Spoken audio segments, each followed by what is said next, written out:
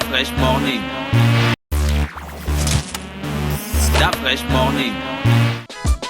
Sur les 104.5 Urban FM, la station urbaine, on parle de service à domicile. Oui, on parle de service à domicile parce que tu sais que cette période de Covid-19, comme je le dis depuis plusieurs mois maintenant, a littéralement changé notre manière d'interagir, notre manière de fonctionner, de vivre, de nous déplacer dans notre cité et même de consommer, tout simplement. Aujourd'hui, il y a de plus en plus de services à domicile. Les services à domicile ont connu un boom évident, en fait, auprès de toute la population. Le plus criard ou la chose la plus évidente, c'est bien entendu, comme on en parlait la dernière fois, le nombre de livreurs qu'il y a désormais dans Libreville. La livraison est devenue aujourd'hui quelque chose de définitivement indispensable et incontournable. Or, avant, la livraison était un petit peu comme du luxe, en fait. Et aujourd'hui, ce n'est plus du luxe, peu importe le service dont vous avez besoin, surtout si on parle de restauration. Et même lorsqu'on parle de cosmétiques et autres, aujourd'hui, vous pouvez tout vous faire livrer. Donc, vous n'avez qu'à appeler un restaurant, vous commandez ce que vous voulez et dans le quart d'heure ou la demi-heure qui suit, il y a un livreur qui se met en route et qui vous apporte votre nourriture. Après, il y a aussi d'autres services qui se sont développés, notamment les services de livraison en ce qui concerne les cosmétiques ou tout simplement le vestimentaire.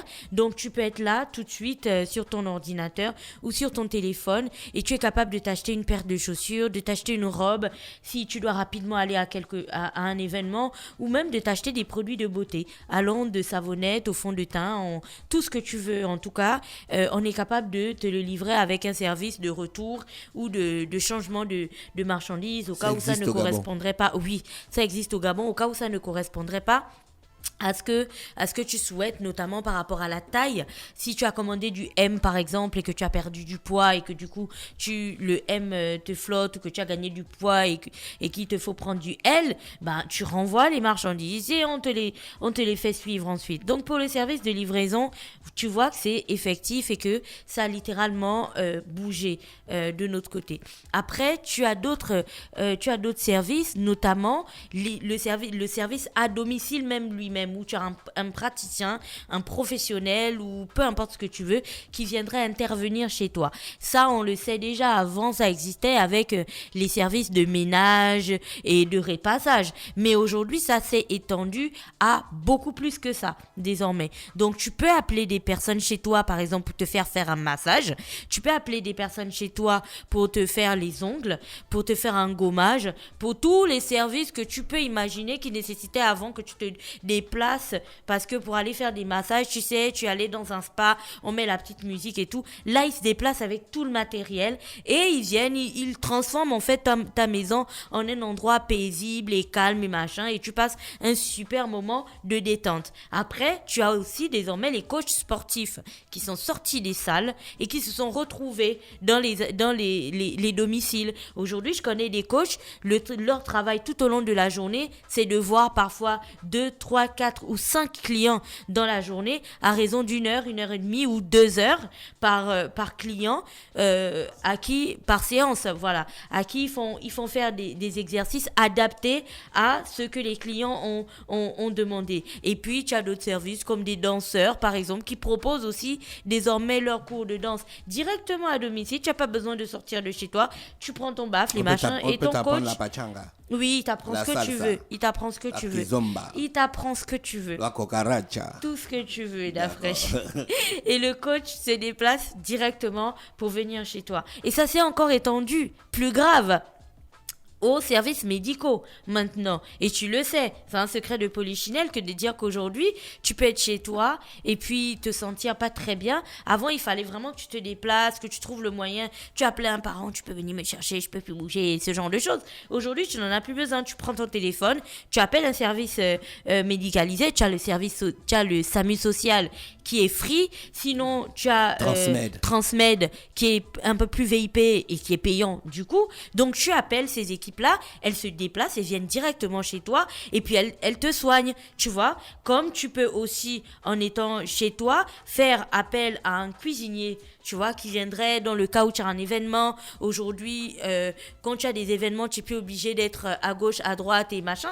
Toujours sur ton téléphone, tu choisis la composition du buffet que tu veux pour tes invités et tu as les services traiteurs. Tu as un service traiteur qui viendra avec les plateaux déjà. Olivia, que l'on connaît très bien, elle le fait, qui viendra avec les plateaux. Mais ça va, c'est une panoplie extraordinaire de plats. Hein. Ça va de la viande de brousse aux plats européens, à des pâtisseries.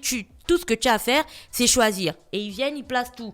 Comme tu peux aussi faire appel à des services de décoration et tout pour faire des anniversaires de tes enfants. Enfin bref, ils transforment ta maison en ce que tu veux. Or avant, pour avoir ce semblant de qualité, tu vois, ou ce petit côté vraiment assez poussé, il fallait te déplacer. On allait faire des anniversaires dans des espaces dédiés pour ça. On louait des salles et ce genre de choses. Aujourd'hui, avec la pandémie, on demande à tout le monde de plus trop sortir, donc tu es obligé de transformer l'existant. Après, tu as aussi les courses du quotidien. C'est-à-dire que là, tu as envie de manger des tomates, tu as envie de manger de l'oignon, il te faut du manioc, il te faut, je sais pas, des tubercules, du riz et ainsi de suite. Et puis, tu n'as qu'à appeler un service. Il y a des services de particuliers qui vont faire des courses pour toi dans le grand marché Montbouet. Ils vont faire des courses pour toi. Sinon, si tu veux un service un peu plus poussé, plus professionnel, tu peux toujours appeler Sotrader. Tu appelles Sotrader et tu fais aussi ta liste de courses. Je veux des tomates, je veux des ananas, je veux. Et puis tu as un véhicule Sotrader qui arrive chez toi et qui te livrera ensuite les marchandises. Et puis fin de l'histoire, tu vois. Alors tout ça, c'est bien entendu pour vous montrer que au fur et à mesure qu'on a avancé dans la pandémie, les Gabonais aussi ont mis à jour leur manière de fonctionner, leur manière de vendre, leur manière de consommer. C'est intéressant parce qu'aujourd'hui, tous les services que je venais de présenter connaissent bien entendu un pic, comme on peut le remarquer. Parce que tous autant que nous sommes, nous avons au moins déjà fait appel à un des services que je venais de préciter. Cependant, il faut aujourd'hui que l'on garde à l'esprit que pour que tout ceci soit dynamique, il faut que chaque action ou chaque service qui rentre en compte dans le détail de ce circuit fonctionne de manière optimale.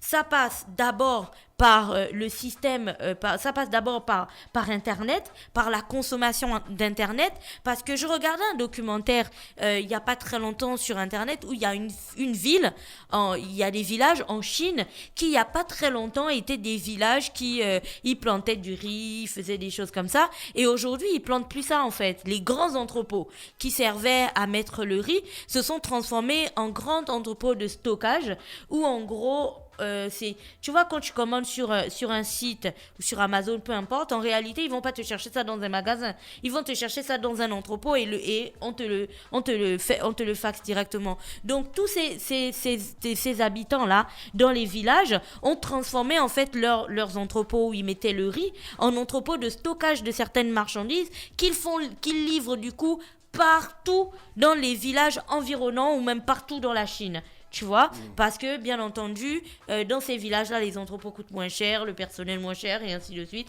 Et il y a un monsieur qui est devenu millionnaire et lui, il avait, avec son fils et sa femme, il montrait comment il avait démarré. Il avait besoin que de son ordinateur et d'une connexion Internet, c'est tout. Alors pourquoi je prends cet exemple? Pour qu'on se rende compte qu'aujourd'hui, les succès, ou du moins les pas que nous faisons dans les services de livraison ou tout simplement les services en ligne peuvent être une valeur ajoutée mais incroyable pour organiser qui sait le service de livraison dans les pays qui sont frontaliers aux nôtres, ou tout simplement dans nos pays. Il y a genre 2 ans ou 3 ans en arrière, parler de livraison était totalement impensable, parce que comment tu aurais indiqué à quelqu'un que viens me livrer ça, je suis à Mindoubé derrière la route de je ne sais pas qui. Aujourd'hui tu vois qu'avec les plans de Google, il y a un service qui est incroyable, Yobo Resto. Quand tu commandes à Yobo Resto par exemple, le livreur il peut tout simplement te trouver quoi, il n'a pas besoin de faire des yeux de la tête. Donc il faut premièrement rendre les services internet accessible.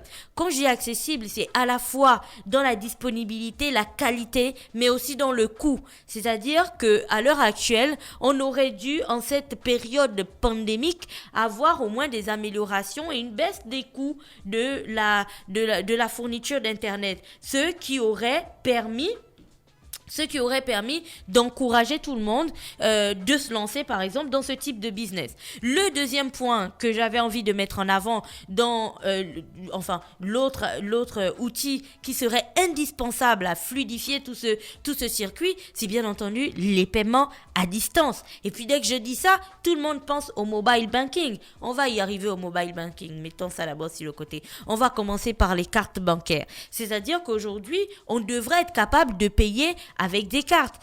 Quand tu es là en ligne et que tu as commandé, je sais pas, sur le site de monsieur Shang Xing Chung qui se trouve au charbonnage, il faut quand même que tu aies l'autre possibilité de payer avec ta carte bancaire. Je sais qu'aujourd'hui, avec l'ANPI, donc lorsque tu crées ton entreprise avec le génie, donc le guichet numérique de l'investissement. Voilà, lorsque tu crées ton entreprise sur le génie, tu peux payer avec ta carte bancaire, mais il faut encore l'étendre à plein d'autres services. Parce qu'il est inadmissible qu'aujourd'hui, il y ait des services au Gabon, il y ait des magasins au Gabon et des compagnies où le paiement bancaire n'existe pas. Ils te demandent le cash au quotidien. Or, si on a envie de véritablement évoluer dans quelque chose... le paiement bancaire, les droits des transactions sont énormes. La carte bancaire est encore un luxe, c'est payant.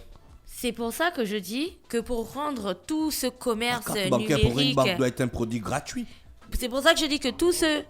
Pour dynamiser tout ce service, pour dynamiser tout ce circuit numérique ou comment on appelle ça, cet écosystème numérique qui aurait un bon potentiel pour l'avenir, pour notre pays et aussi peut-être qui pourrait nous ouvrir les portes d'autres pays, il faut déjà commencer à faire des efforts sur des choses qui freinent. Et la carte bancaire aujourd'hui est plus un frein qu'autre chose en fait, parce que premièrement, elle marche une fois sur 5. Deuxièmement, quand elle marche, elle coûte très cher. Troisièmement, quand tu n'en as pas et que tu veux en avoir une, ça reste encore inaccessible pour plusieurs personnes. Et le quatrième point, c'est bien entendu tous les couacs et tous les trucs que l'on a avec et qu'on ne comprend pas vraiment comment ça fonctionne. Bref, donc il faut se pencher sur ces questions-là et se dire que si d'un côté on a tous ces entrepreneurs qui ont développé des choses vraiment dynamiques, il faut accompagner toute cette émulation en faisant en sorte que les services qui rentrent dans l'effectivité en fait de leurs tâches soient dynamiques. Et après, on pourrait terminer par le mobile banking. Alors, le mobile banking, c'est intéressant. On en a plein aujourd'hui. Non, on en a 2 seulement. On a Airtel Money, sinon on a MobiCash. Mais après, il y a encore toute la partie aujourd'hui de la sécurisation et puis tu vois la transversalité des connexions. Il y avait une période où tu étais capable de faire partir ton argent de ton téléphone à ta carte bancaire et puis aujourd'hui pour certaines banques ce n'est plus possible du tout.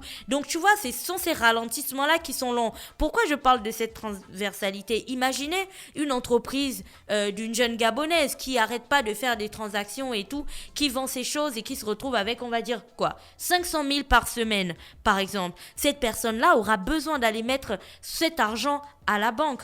Or, c'est un secret de polichinelle que de dire que les banques, aujourd'hui à Libreville, mais c'est un casse-tête, mais c'est pas possible. C'est-à-dire que tu vas à 8h, tu es sûr de sortir là-bas à 14h. Après t'être assis, bien entendu, sous une tente, au bord de la route, sous la chaleur, parce que mesure Covid oblige, on ne peut pas entasser tout le monde dans la banque. Donc vous comprenez que plus on simplifie les transactions, mieux c'est pour tout le monde. Et après pour l'État, c'est aussi très intéressant de taper un petit peu du poing sur la table pour que tout ça soit numérisé, parce que de cette manière, on va commencer à regarder qui fait véritablement du cash. Parce que quand on va acheter des choses qui coûtent 800 000, 1 million et que tu comptes les billets comme ça, 1, 2, 3, il n'y a pas de traçabilité. Donc Mamadou, Jean-Pierre et Bineta. Voilà, Mamadou et Bineta, ils peuvent vous dire qu'ils ne gagnent que 300 000 par mois. Or, en vérité, les gars, ils brassent 3,5 millions toutes les semaines. Donc, si on gère tout ça de manière numérique, la traçabilité est plus claire et ça permet à tout le monde de gagner du pognon. Ingénieux, mon cher Watson. Juste pour corroborer ce que tu viens de dire, et c'est extrêmement important. J'ai écrit en partie là-dessus sur le prochain numéro des Noromi, pour montrer combien de fois l'économie, la pandémie de la Covid-19 a transformé, si tu veux, les habitudes de consommation et a transformé l'économie. L'économie numérique a connu une expansion considérable. Bon, je n'ai pas les chiffres du Gabon, mais j'ai pu avoir des chiffres de la France qui est, pour nous, un exemple assez édifiant. Rien que pour l'année 2020, il s'est créé 147 600 nouveaux sites de vente en ligne en France. Le commerce en ligne dans les enceintes, les grandes enceintes en France, a bondi de 37%. Rien que pour la période du mois de décembre, le commerce en ligne en France a augmenté de 25 milliards d'euros. C'est-à-dire qu'entre 2018 à la même période, en 2019 à la même période et 2020 à la même période, grâce au commerce en ligne, les ventes ont augmenté de 25 milliards d'euros. Donc c'est véritablement un enjeu de développement. Tu as pris un excellent aussi exemple sur la Chine. En Chine, j'ai retrouvé des chiffres. Entre avril 2020 et décembre 2020, il s'est créé 1 million d'emplois par mois grâce au secteur du numérique. Grâce à toute cette architecture-là que tu as su expliquer entre les vendeurs en ligne, entre les fournisseurs, donc les fabricants, les grossistes, ceux qui sont chargés de la logistique, et puis toute l'infrastructure financière, donc le money banking, etc., etc.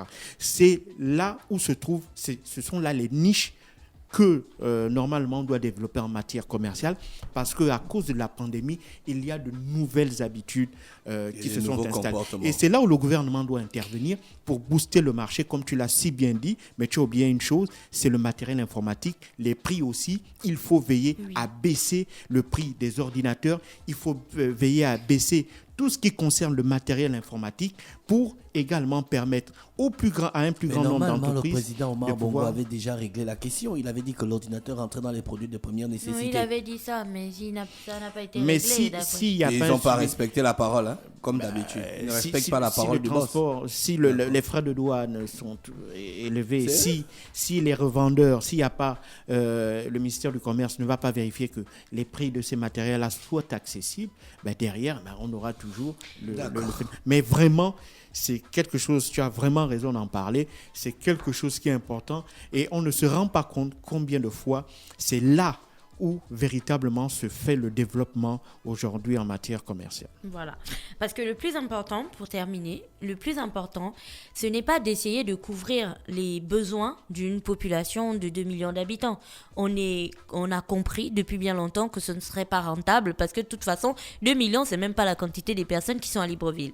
Par contre, le plus important, c'est peut-être que la pandémie nous a fait voir que ce pays a le potentiel de se transformer en une sorte de zone tampon d'où partirait une multitude de petits avions, de petites voitures ou ce que vous voulez pour livrer des produits dans la sous-région. Parce que Alibaba, par exemple, ne se trouve pas à Hong Kong avec tous ses entrepôts à Hong Kong. Vous conviendrez avec moi qu'ils sont partout en réalité. Et c'est quand vous faites une commande qu'à ce moment précis, en fonction de la localisation de votre domicile, c'est là qu'on détermine l'entrepôt qui va vous livrer le produit pour réduire la distance. Donc peut-être qu'on pourrait exploiter cette possibilité, mais pour cela, il faut bien entendu travailler sur tout ce qu'on a dit et permettre à tous ces jeunes qui ont décidé de se lancer dans la livraison, qui ont décidé de se lancer dans les services en ligne, qui ont décidé de se lancer dans des services à domicile,